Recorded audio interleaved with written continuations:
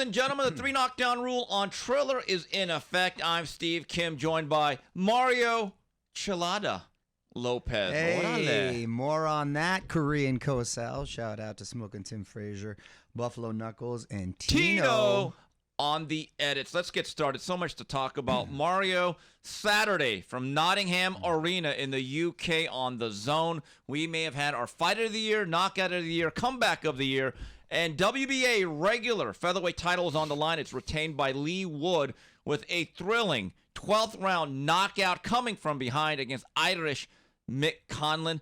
Mario, what a battle. You know what it deserves? Slow 80s clap? An 80 slow clap. I agree.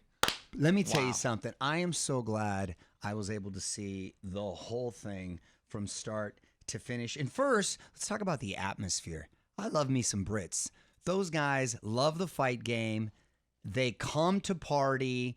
They're passionate about it, and that made what was an incredible fight even that much better. If you think about it, not to deviate too much, but Corrales Castillo, which was an incredible fight. 3,500 people. I was there. Exactly. And it was a stale atmosphere. It was. There wasn't any energy. Can you imagine if it had half the energy like it did over? Honestly, it would be talked about as the best fight of all time if it had that. It makes that much of a difference. So God bless the Brits over there. And man, they really love the fight game over across the pond. Now, as far as the fight itself, it's fascinating, Kim, because Conlan looked so sharp and had such a great game plan and came in so well prepared. And I love his offensive approach and how defensive minded he was. He was finding a home for that overhand left from the get. The way he closed out that first round after the bell and boom, it was like he hit him with a bat. I thought, okay, it's just a matter of time. And then he continued to catch him with it and buzz him multiple times, almost dropping him a couple times. I was stunned at the resilience, the heart, and the grit of Wood. And Conlan, at the same time, was fighting home for that right overhand left, doing beautiful work when he went inside to the body. Defensively, he was looking slick. I thought he was boxing beautifully. But there's something about the grit and determination of Wood. He did not want to go gently into the night. Worked himself back into that fight, started going away to the body. But what I found fascinating, Kim, and correct me if I'm wrong, I don't ever feel he had Conlan in any sort of trouble. He was sort of working his way back in, but I never felt that, even though he was able to get him to against the ropes, that he hurt him at any point or he was doing any sort of serious damage. He was a little busy, and I thought he might make some of the rounds close, but I still was giving Conlan the nod. That's why it was so shocking to me when in the 12th, and I don't know, was fatigue or what it was, or a suspect chin. I don't know if I've seen Conlan get nailed like that, but when he caught him with that beautiful right hand that sent him through the ropes in that devastating knockout, I was blown away. Because, like you said, it was the knockout of the year, the comeback of the year, and absolutely the fight of the year, and the atmosphere of the year. The way he was able to stay in the fight, not necessarily chipping away. I don't know if he was necessarily chipping away. I may be wrong, but he didn't look it at least, or his Conlan's body language didn't give away to that. But the way he was able to, that never say die attitude, fight till the end, and in the 12th round, take him out like that, wow, is all I have to say. And Conlan, I don't know what the scorecards were, but Conlan seemed to, had he survived that round, do enough to win the belt. Well, let's get into that. The scorecards at the end of 11 were a little bit closer, in fact, a lot closer than the way I had it. I had it 8-3, and I want to get to the 11th round real fast. But the scores read 105-102 Conlan, and the other two cards had it a 1-point fight for Conlan. 104-103. Oh, yeah, I don't agree with that at all. Another thing I didn't point out, when he was called for the knockdown in the 11th, I believe, yes, technically, he did get caught. I thought it was a slip. So you're exactly, hold on. He got caught with a punch. A punch did land, but I think he was slipping at the same time. So I don't have a problem giving him the knockdown, but the way he popped out, it wasn't like that first round knockdown. Do you understand what I'm saying? The punch Mario, did. I believe it changed the tactical approach of Conlan. From Conlan, because he already exactly knows I'm the road fighter. This was a matchroom show, all right? in Nottingham. Right. He's the road fighter. He's the B-side, theoretically. And he said, this thing's getting close. Yes. Maybe instead of going into the four corners, I got to press a little bit. And he's stuck inside. You're right. Had that knockdown / slip, I don't have a problem calling And it. Conlan dominated 2 minutes and 50 seconds of the 11th. I'm not even so sure with the knockdown that it's 10-8. Like I was about to say, I don't have a problem giving them the knockdown because a punch did land. However, I think he was on his way down regardless with the slip. So it gets tricky. If I'm a judge, I call it 10-9 Wood. I don't think it was a 10-8. Not all knockdowns are 10-8 rounds, no matter what anyone says. That's true. That's true. It's just people are used to giving it that. But you're right. I think it changed the mentality going into the 12th. But what are your thoughts on the punch? Do you feel he was chipping away? I didn't feel there like... was a slow physical erosion. Was there a physical erosion or fatigue because of the output? That's both. That's both. Well, I guess so, but it wasn't like it was getting beat. Yeah, the gas tank on Wood, and the recuperative abilities on Wood, outstanding. You know, Wood after 8-9 rounds, it was dead Wood. I mean, I thought he was so far behind. I'm thinking he's going to need a miracle, which he eventually got. But Conlan did start to lay up on the ropes a little bit, and he did get chipped away at. Also, in the 11th round, when Conlan had Wood hurt again to the body, he went for the kill, for the lack of a better term, and it got him in trouble. I guarantee if he watches that fight, if they have a rematch, if he's in that situation again, next time he's going to say, you know what, bank this round. If I'm well ahead, then let's be very tactical. But again, it's easy for us to say we're not in the moment. We're not the man in the arena. I agree with you, though, because Wood, again, surprisingly, was able to answer with a lot of sting on those punches. Yeah.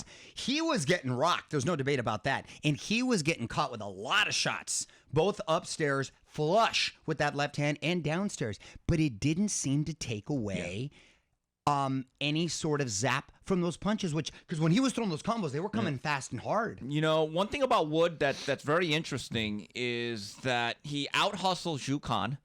And then he outgutted Michael Conlan. And I feel terrible for Conlan. I got to know that young man well as he started his career in Southern California under the direction of Manny Robles. He's a really good guy. For the first time, Michael Conlan, he looked like a seasoned pro. I was like, wow, he's putting it together. Especially under those circumstances. Yes, and then all of a sudden to see what happened so suddenly. And thankfully, he's okay. Keep this in mind. This was for the regular WBA title. The super champion is Leo Santa Cruz. I'd like to see that fight. Ooh, that's a good fight at featherweight. Yes. Yes. Really good fight. I think it's time for the WBA to call on that fight. So congratulations to Leigh Wood, who is right now, he is the man of the hour. And also to Michael Conlan. It does take two to tango. No, absolutely. And I think it's just a matter of time before we see Conlan at that point again. Saturday, fight on from the Galen Center of USC, the house of Harold Miner. Even though he never played there. On the zone, Baby Walter Jordan. Wade. What do you mean he never played there? He went to USC, didn't he? Yes, but he played at the sports arena. Oh, that's right. In front of a lot of curtains. A lot of people showed up. Right, also, right. Dwayne Baby Cooper, Jordan. shout out to Lorenzo Ward and George Ravely. Last time we were at the Galen Center, Deontay Wilder was fighting Bermain Stavern, correct? No, it was Chris Arreola. Chris Arreola, I'm sorry. Chris Arreola was fighting Bermain Stavern. And then it was Jermel Charlo fighting Julian Williams. Correct. I wasn't at back that fight. in But 2016. But anyway, welterweight contender Vergil Ortiz Jr., rated #1 by the WBO, takes on Michael Mckinson. Mario, here's the good news about Mckinson, the Southpaw Brit, 27 years old. He's 21-0. The bad news? 2 knockouts. Uh-oh. Hey, Uh-oh. Kid hasn't lost though, Kim. Oh boy. Kid hasn't Here we lost, go. so I'm not. I'm not mad at this though. I'm still not mad at it. Look, I think after this, Vergil Ortiz is ready, assuming he's victorious, to even step it up a notch. He's been bold enough to start calling out Errol Spence, Battle of Texas. So I would love to see that happen. Keep this in mind. As the #1 contender in the WBO, that belt is held by Terrence Crawford. I wonder if he should blow through Mckinson as expected or come out victorious. Does Golden Boy say, okay, kid, we're taking off the shackles. Get him. Sometimes you have to win a fight. You're #1 for a reason. Okay, Vergil Ortiz, first fight under the direction of Manny Robles Jr. I like Vergil Ortiz. 18 up, 18 down. I think his power will simply be too much. When you look at Vergil Ortiz, though, I will say this. I don't think his physical upside is as great as Boots Ennis, but you know what? I look at the record. Why do you say that? My view, Boots is the better athlete. a little bit quicker, a little bit faster, and he's more versatile. He can go southpaw. I think Boots is special. I think Vergil Ortiz can be elite. But again, it's a small margin. But Boots, in my mind, if he gets the opportunity and if he can catch, that's the other thing. He runs into punches once in a while. Boots, to me, can be one of the iconic fighters of the next decade if given the opportunity. And he fights more often than twice a year.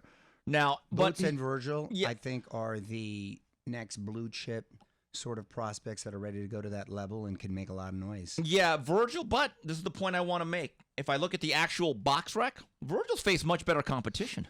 Bottom line.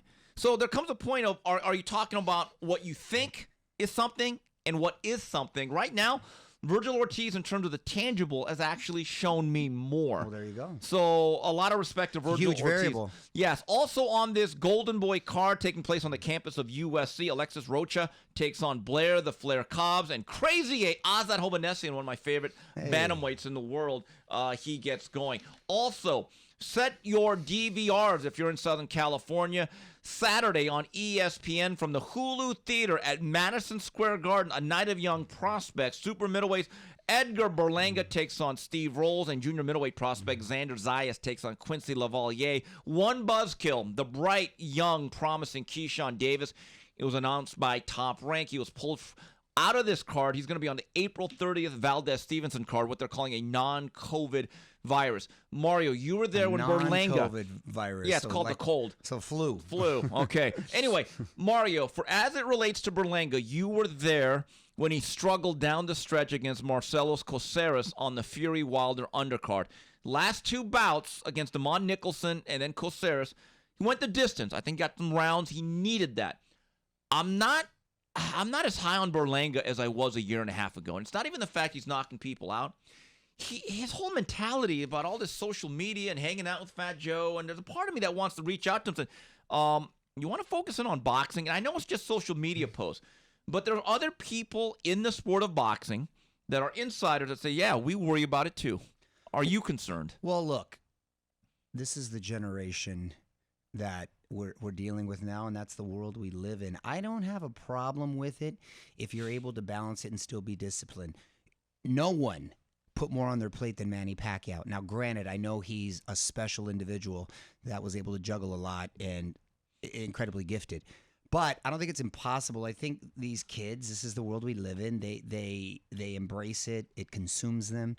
And I don't have a problem making it a part of your world if you still have the discipline to put boxing as your top priority. I think the last couple of times that Berlanga struggled and went the distance, it was the best thing that could have happened to him at this point in his career. So let's hope he's learned, he's grown from that, he's grown from that, and he continues to build. Steve Rolls, 21-1, 12 knockouts. His one loss, he got stopped in 4 rounds by Gennady Golovkin at the Garden. But keep this in mind, Steve Rolls is really a middleweight. I think this was a specially designed fight. This was a Bruce Trampler, Brad Goodman special. Like, hey, kid struggle, let's get him a knockout on national TV. Xander Zayas. Well, if there's going to be another Puerto Rican, I know, I get it. I was on the Felix Verdejo bandwagon, but here's the difference. Zayas is at a real gym. And the Juan Lopez bandwagon. Not as much, but the discipline with Zayas and the commitment and the focus and the maturity to the sport. He's in Florida. He actually trains alongside a lot of pros. That's a real gym. And I actually think he really loves boxing. Part of this, I think you have to have a committed focus to the sport. You also have to love it a little bit. And now he's fighting Quincy Lavalier, pretty slick guy, very competent. Xander Zayas one day, as Top Rank starts to go back into New York, and they do those Puerto Rican Day weekend extravaganzas that were headlined by Miguel Cotto. This could be the kid. Well, he's a young kid, too, so they got nothing but time. Yeah, and by the way, folks, since this is an ESPN card, just make sure you eat dinner in between fights. You'll have plenty of time. Go to the bathroom, walk the dog. Hopefully we won't have that. And by the way, Mario, I think by the time we get back from Galen Center, the main event will probably be starting around, 10:30, 11 o'clock Pacific time on ESPN. But anyway, all right, moving along here. Mario, you see my shirt? This is in honor of a great man, probably my boyhood idol as it came to boxing in the 80s. This past Sunday, March 13th, was the 1-year anniversary of the passing of the great Marvelous Marvin Nathaniel Hagler. That year flew by, huh? Yes. I feel like we were just talking about it. That's unbelievable. Still remember that afternoon. We were all waiting for the Chocolatito Estrada rematch in Dallas. Yeah. And then right around 2:30, started getting texts and some messages saying, Steve, have you heard the rumor? And I go, no. People are saying on Facebook Hagler has passed away. I mean, I was stunned.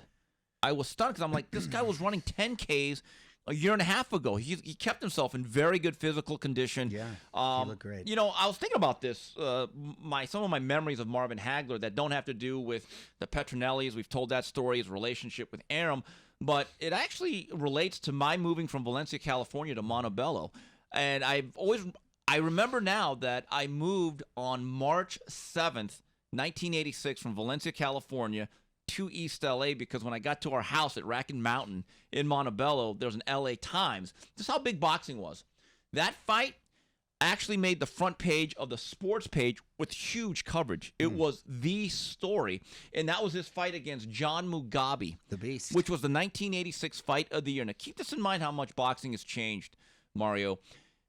John Mugabe was 25-0, 25 knockouts. He was number 1 in all 3 sanctioning bodies. Hagler had just come off the Hearns fight. Nowadays, guys would say, who's he? I don't need him. I'll do something else. Hagler, after he was coaxed back into fighting, said, all right, that's my duty. I'm going to fight him. Wow. And in that fight, you could see the age. And I've been told by people that were there in that training camp at Tacos. Really? You think that was the one? Yes. There was... Because he was how many fights in at that point? Over that 50? was a 66th fight. Oh, man. And he was only 32. That was considered old back then. Yeah, but that's a lot of miles in the odometer. That's when you fought that many times. It's different now. I was told from people that he was getting pretty good shellackings during sparring for that camp. Like, there was some concern. Right around the 4th round, I know people that were there, and this has been written about. Ray Leonard was watching the Mugabe fight, and he said, I could beat that guy. That version, that's when he made up his mind. Funny story about that fight. It rained it was like a monsoon in Vegas, and so it was at the outdoor pavilion at Caesar's Palace. These kids happened to have trash bags. Did they go rain or shine even at the outdoor? Yes. At Caesars? Yes, Wow. they basically had to. So, yeah, much like when we were at the Home Depot Center. So what happened was Tommy Hearns fought James Blackgold Schuler. It was so wet, Hearns' handlers carried him into the ring. Oh, because your shoes can't get wet. So they're literally carrying his legs, and he's like on a recliner of guys. So interesting story. All these celebrities are there with their tuxedos and these nightgowns are worth thousands of dollars. These kids starts making hundreds of dollars for giving trash bags because that became the raincoat. That's the most memorable story Aram says I ever had of a ringside. These kids hustler, right? So they're each capitalists, right? So they're each getting $100 for trash bag. Oh. Another great story regarding Hagler.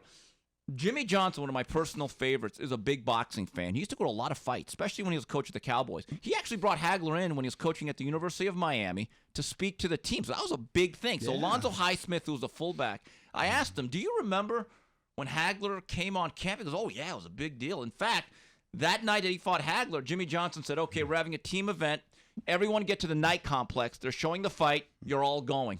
So they all watched the fight on campus. That's how big of a deal Marvin Hagler was. He had a right guard commercial, Pizza Hut, visited the White House with Ronald Reagan. And I have a question. Do you Which is incredible considering he was sort of not a villain, but looked at as kind of like the bad guy because you didn't see too many bald guys. People thought he was unpromotable. Remember Joe Frazier's famous saying to Hagler? Yeah. Says, Marvin, you got 3 strikes against you. And he goes, what's that? You're black, you're southpaw, and you're too good.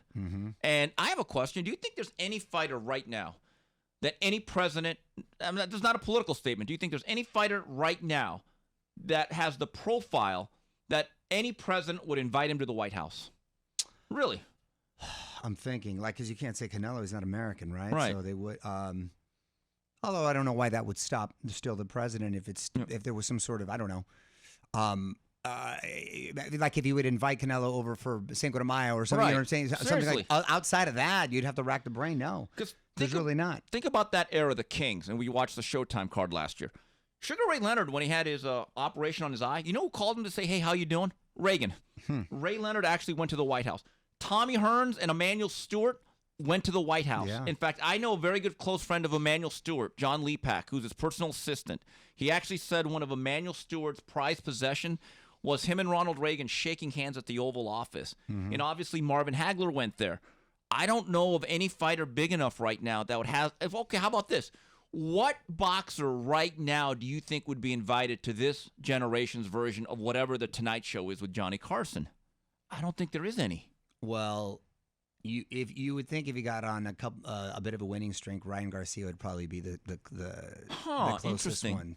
Yeah, he's young, he's good looking, and he's marketable. Assuming he would getting on a winning streak or be a champion, right? And obviously, if we had an American heavyweight champion, I think the same thing could be said. Ironically, there's been a few UFC champions at the White House. Interesting. Because it crosses over. That says something, It doesn't does. it? Since you talk about the death of, not to keep it wah-wah, of Marvelous Marvin Hagler, got to give a quick shout out to the passing of Julio Cesar Chavez Lopez. Not the fighter, my dog. My dog, after 13 years, which is a hell of a run. It's a good run. French Bulldog. Yeah, he was working on overtime right there. I don't know why it made me really sad. Obviously, not just the passing of the dog, but it made me think about the fighter too. Because now I can't name another. You know what I mean? I love the name so much. There could only be one. There could only be one. Just like there's only one line of Culiacan. That's what I'm saying. You can't rename another dog the same name, right? So it's like that made me extra sad. Although University of Georgia, UGA, all their mascots, a real bulldog, same names, are called UGA. So it's UGA 1, UGA 2. Yeah. I think they're up to UGA 17. Yeah. So you never know. You never know. You never know. You could go junior, I get, but shout out to Julio. Yeah, so rest in peace to a pair of boxing You knew idols. Julio well. Yes, he's a very good dog. Exactly. Anyway, we'll be back. We wrap it up with Ask Mario and Final Flurries. And we're back on the 3 Knockdown Rule on Triller. Steve Kim, Mario Lopez, talking all things boxing. We go to the Ask Mario segment of this fine program. Here's one from Derek Batista. Hey, Mario, do you think this KO of Conlan was even more dramatic than Chavez Meldrick Taylor? No, not more dramatic, because I think the stakes were higher. Number one, Caliber of fighters. The caliber of fighters, and there was literally 2 seconds left. So no, that'll be a hard one to top, considering the circumstances and the caliber of fighters that were involved. Agreed. Here's a question from Easy Does It. Thoughts on Charlo Munguia? Okay, before we get into that, everyone thought this fight was basically a done deal. Turns out there was some network issue. Oscar De La Hoya, the head of Golden Boy Promotions, actually put out a Twitter message. Let's see what he had to say on Sunday night. Sunday night, but work never stops. First of all, Vergil Ortiz versus McKinson, fight week. We can't wait at the Galen Center, live on DAZN. It's going to be a great fight. Ryan Garcia, April 9th, his big return. Tickets are almost sold out in San Antonio. It's going to be a great fight. And Jaime Munguia versus Charlo. Look, listen, we want the fight, obviously. And Charlo's the champion. He gets the bigger cut. We all know that. That's common sense. Showtime, yes, you have the fight on Showtime pay-per-view, but I need DAZN to participate. They built Jaime Munguia. That's only fair. It's business. More platforms, more pay-per-views, more money for the fighters. What's wrong with that? Mario, this is a damn shame, and this is what I've been saying, that if I was the commissioner of boxing, one of the things I would do is I would not let promoters and networks have exclusive deals. I believe, going back to the days of HBO and Showtime, that these contracts where these fighters and promoters are bound to one network or different sides of the street, they've kept more fights from happening than sanctioning bodies. No one wants to say it. I'm the only one that gets it, but it's the truth. And again, I think, it may rear its ugly head. But I hope it gets done, though. You're exactly right. And look, if you could go back and sort of change the infrastructure, yes, we would avoid a lot of these situations. Be that as it may, what Oscar said made a lot of sense. They're conceding a lot, but at the same time, DAZN just can't invest in this kid all this time and all of a sudden just surrender him for the biggest fight of the year for him and their network, to just let Showtime have all the spoils. It can't work that way, because what incentive do you have to invest in him? Golden Boy is still negotiating a long-term deal with DAZN. They have March 19th coming up this Saturday, April 9th. If you're DAZN and Golden Boy pulls that, not a good look. Well, it's not. Look, it's the politics involved. I'm not blaming the fighters or the promoters themselves. It's the politics, unfortunately. But I think the root of it is exactly what you said, and that's the only way it can actually be ever fixed. It reminds me of a story, one of my favorite stories of the 90s. So Main Events is in bed with HBO. They had all the Shelley Finkel's guys from the Olympics, like Meldrick Taylor, I believe it was Pernell Whitaker. And so for a long time, they couldn't get the Chavez fight going. Main Events and Shelly Finkel promised HBO, we're not doing the Chavez fight without you. Well, one day, HBO executives read, big press conference. Showtime is distributing Chavez Whitaker. One of the HBO executives, I believe his name was Bob Greenway, was incensed. He actually went to the press conference to confront Shelly Finkel. It was a big scene, people that were there. This is a funny thing. So Bob Greenway starts yelling at Shelly, how could you do this? You blah, blah, blah. And Shelly goes, oh, not in front of the kids. Guy goes, F your kids. I swear to God, Shelly Finkel, from what I was told, gets into a karate. I know karate, Bob. No, he did not. And Bob Greenway goes, oh, God. And he just walked away. And Kathy Duba said, awesome. Steve, for a couple of years, Main Events, we were blackballed by HBO. There's a price to pay. There is a price to pay. So you got to buy the fights, not the fighters. God, I would have loved to have been at that press conference. Here's one from Abraham Gonzalez. With the jam-packed boxing schedule from now until June, which fights are you anticipating the most? Ask Mario also, have you watched The Mayor of Kingstown? I haven't. Have you? I haven't, but Taylor Sheridan's incredible. He does Yellowstone. He did 1883, which was awesome. You got to watch. And he just signed this huge deal with Paramount Plus. He's doing a new show with Sylvester Stallone, and that's the one with Jeremy Renner. So I haven't seen it, but the guy's quality. So the fights that I'm looking forward to, the rematch between Charlo and Castano. I hope that is put together. Absolutely, I'm looking forward to that. I'm looking forward to Shakur Stevenson, Oscar Valdez. Right. Also, you know what? I want to give a tip of the cap to the PBC and Showtime. That April 16th card from Ordenis Ugas, Errol Spence, Stanionis Batayev. Yeah. That's a good show. That is a good show. And, of course, Canelo Bivol is going to be interesting. Let's hope politics is not... I'm hearing people saying Bivol should not be able to fight because he's... I'm sorry. I am totally against individual fighters who have shown no political affiliation whatsoever be punished. Exactly. Just like they used to in the Olympics. It's not fair. Mr. Very Feel. Ask that Torta King, Mario Lopez, what is the definition of a slick fighter and who are his favorite slick Mexican fighters? You know, I got to rack my brain. I would have considered... Canelo's slick. Canelo's super slick. Yeah, I thought my mind went to the past, right? Right. Because you start thinking of the past. Canelo's very, very slick. Oscar was slick in there, too. One of my favorite Mexican, aside from Chavez, obviously, as I'm wearing a shirt, I love me some Eric Morales because... Wow, I didn't slick. Him and slick. I never thought of that. If you think about Eric Morales, he was incredibly fundamentally sound and technical, but man, he loved to mix it up, and he was a perfect blend of a boxer puncher to me with a lot of fire. Brains and balls. Brains and balls. So the consummate perfect fighter in my eyes, honestly. So he was slick when he wanted to be, but he loved to mix it up.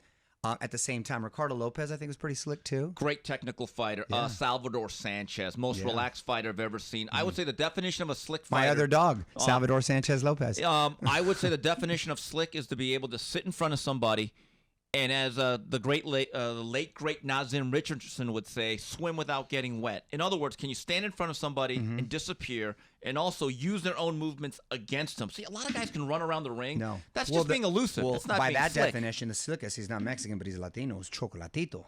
Yeah. My guy, wow, what a performance about being slick in the last one. Young Floyd Mayweather inside the pocket with that catch and shoot. Of course. Shoulder roll, Philly shove. James Toney Yes. was certainly slick. So, look, people mistake athleticism and quickness and speed and being able to move for slickness. No, that's being athletic. That's being a good tactical boxer. Doesn't mean you're slick. There is a difference. Here's one from Sash Shiesty. What a fight between Leigh Wood and Mick Conlan, and so refreshing to see the division get some shaking up. What are your current dream matchups for the 126-pound champs? Mario, I went through this a little bit. If you look at the landscape at 126, you have Mixayo, Emmanuel Navarrete, who shadowboxing is exciting. You have Brandon Figueroa, who's moved up. He's number 2 in the WBA. Joette Gonzalez always makes good television. And Mr. Violence, Mauricio Lara. I say you put them in a can, you shake it up, you let it all play out. Make fights. All of them. Leigh Wood, Michael Conlan, all of them. Oh, that's a great weight. That's a great division right now. But here's the problem. A lot of this is going to, which promoter has them? Which network is he on? But you have about 8 guys that you could literally pair together and make any tournament you want, single elimination. You could do it Super 6 style. It'd be great entertainment as not the late yet, But as the great Larry Merchant said, fight, make fights. Let's make fights. Moving on to the Ask Mario segment of the program. Mario, you are the Mexican Shaq. You endorse a lot of products. What is Mario Chilada? Hey, Mario thirsty now. Chilada. You like micheladas? I love micheladas. You yes. look like a guy that like Órale. micheladas, Steve Kim. So, yeah, I got into the michelada business with a dude that really knows the business and partnered up with him. And people who love them some micheladas rave about the product. And it's not just the michelada mix too. We've got the worms and the rings and all the sort of Got the ensemble. the ensemble and the goodies that come along with it, with the rim dip and everything. High quality. Go to mariochilada.com, CHELADA.com, for your order. But it's starting to be popping up all over. By the way, it's funny because like when you talk to non-Mexicans about mixing beer and like a tomato juice, they're like, what? I'll never forget. We're at the bar. You were there. You had left. It was at one of the Pacquiao fights in Dallas. Miguel Cotto was there. And we're at the bar. And I had told him that the micheladas, I like them, is beer and tomato juice. And he goes, wait a minute. What is this? Miguel Cotto know nothing about this. He didn't say third person. Yeah, he did not talk in third person. I embellished that part. You're so stupid. But I thought it was a Latin. It's really a Mexican thing because we go, wait a minute. Yeah, not so much, yeah. You put tomato juice in beer. Yeah. I go, yeah, it's good. I know a lot of white dudes that like me. No. Do you like micheladas, Frazier? Yeah, they're all right. I don't drink them a lot, but they're all right. Great summer drink. But Nichols probably likes micheladas. All right. Oh, you're like, I'm shocked. I thought Nichols would like michelada because a beer guy. Yeah, but Miguel Cotto's like kind of disgusted by the whole thought of tomato juice and But beer. people that like them, like them. I do. They're good Yeah. though. So check them out. They're high quality. Absolutely. I can't wait to get buzzed at your house next fight party on that. And Tom Brady, call it a comeback. Call it a comeback. Yo, hung out with the fan for 2 months And he and said, said, "I'm I'm good." coming back. I'm You know what's good. funny about Tom Brady? It's like he called the retirement right and everybody celebrated him. It was kind of like you had your own funeral and you saw who was emotional and who Like, celebrated yeah, you. I gotta come back and here. then now he knows. And then he came back. Yeah, I'll be honest, I was a little shocked by that, to be honest with you. The crazy thing is, and we talked about this, all the quality, really elite quarterbacks on the AFC. It seems No, like no, outside. Tampa Bay's NFC though. That's what my point. Right. So he's That's what I'm saying. Outside of Aaron Rodgers, he's like, hey, I got a straight shot at least to get that, Yeah. right? Think about it. Well, We're all in the AFC. him and Rodgers are now That's it. fully aligned, and I'm thinking, That's what, it. what's That's all another- he's got to worry about. Whereas the AFC, you got a ton of guys right Ooh, there. Yeah, out of the top 10 quarterbacks I saw a list, I think the 7 out of the 10 are in the AFC. That's my point. So he probably, once he saw Russell Wilson go, he's probably like, you know what? I don't got to worry about Rodgers. And he usually struggles during playoff time anyways. I'm going to come back. I just, once again, it's more evidence that when a guy says, I need to spend, and I want to spend more time with my friends, family, Right. and wife, I'm thinking, no, you don't. It was either that. It was either that, or he was really moved by Kim Kardashian's words that you got to get off your ass and work. I think that might have done it too. Retirement has killed more people She might have motivated than work. him. Bottom line, you got to have a purpose in life. You do. Retirement kills more people than work. Yeah, look, listen, I don't think Although he it's a little bit different at his age, but I'm just saying, Yeah, you got to have a exactly. purpose in life. You're absolutely right. Yeah, There's no and for some reason, Brady doesn't strike me as a guy, and I might be wrong, that would transition to the broadcast booth and be No. happy or even good at it, to be honest. Does that make sense? No, he wants to play. He wants to be the man in the arena. Sure. That's his thing. Mario, I want to pay tribute to a guy that I've known a long time. He was a big boxing advocate. And I grew up watching him on ESPN for years on KCAL 9. Had been battling some health problems. And he passed away this weekend. Good friend of both of ours. Rest in peace to Alan Massengale. I love me some Alan Massengale. What a great guy. I've had the pleasure of calling a few fights with him, as a matter of fact. So much fun, really cool, down to earth, love to hang out, funny, consummate professional. And yeah, I got sad when I heard about that news. Way too young. Love boxing.